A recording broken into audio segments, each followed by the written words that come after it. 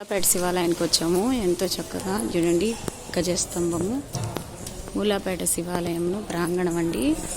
ఇదిగోండి చుట్టూరు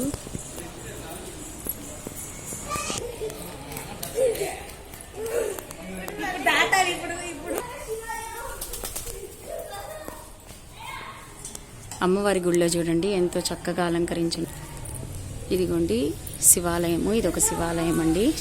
ఇదిగోండి శివాలయం ప్రాంగణం చూడండి ఎంతో చక్కగా వైభవంగా ఉందో చూడండి.